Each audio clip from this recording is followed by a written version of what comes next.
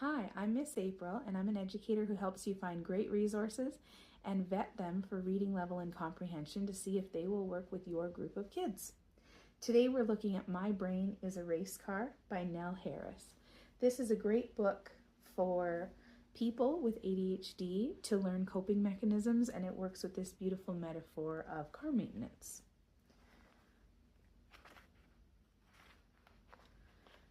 There's a dedication for my Audrey. Brains are like cars that go round and round a track, picking up information and then bringing it back. My brain is a race car that likes to drive extra fast. Sometimes, though, it forgets to stop and fully complete a task. A race car brain needs a bit of extra care to make sure all that information gets to here and there. Learning how to drive this race car is what we need to do. Then having this supercharged car will be really good for me and you.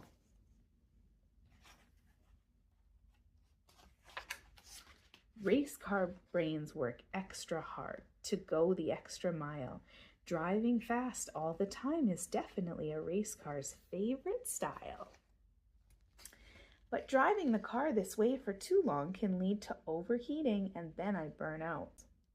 If I don't look after my race car, then some not so good feelings come about. Those feelings could be ones like frustration and can even make me get mad. I might say or do things I don't mean, which then makes me feel bad. Pit stops are good to reset my feelings. They help me recharge and rest. Pit stops for race car brains are calming activities. You have to find what suits you best. My race car brain likes to do yoga and have mindful time. One stretches and relaxes my body. The other stretches and relaxes my mind. Sometimes I can't think clearly when my race car engine gets really loud, or being around lots of people like in class or when I'm in a big crowd. When the noise gets too much, finding a quiet space for 5 minutes or some sound muffling headphones can help me get back in it. Every now and then my race car can get confused or distracted and not know where to go. So what I do is take 3 big breaths and try to take the next track a bit slow. Sometimes my race car drives off down its own track, speeding away and not looking back. Going off on these tracks is what some people call getting in the flow. Staying on it for hours at a time, never losing gusto.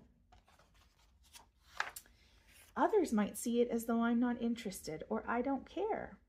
But it's really hard to keep a race car still at lights for a long time just waiting there. The fuel for our car comes from the food we eat and how much we sleep. What we choose affects how they run. Good fuel choices helps cars stay on track, wait our turn, and be able to listen to everyone. When I'm going fast, things can sometimes get lost or information gets forgotten. Forgetting and losing things isn't fun. In fact, it can make me feel quite rotten. What's happening is my race car goes so fast that sometimes it misses an important stop. Having a plan for my day is like giving my race car a map. That way I stay on track and come out on top. On the nights that it's hard to sleep, I tell each part of my body to rest and it's time to wind down. My race car might need some extra help to turn the key off, like white noise or soothing sounds.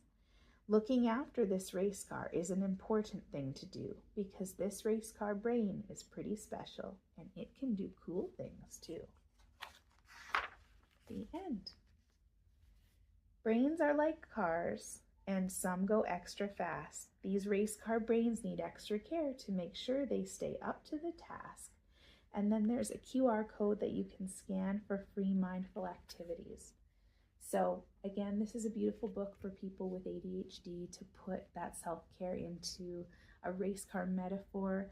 And for some kids that are at that level, this can really help them to comprehend and buy into things. And you can build it into little cues. And practicing those 3 deep breaths on that page every time can build a routine or a ritual that you can then pull out when you need it in the moment. So this is My Race Car Brain by Nell Harris.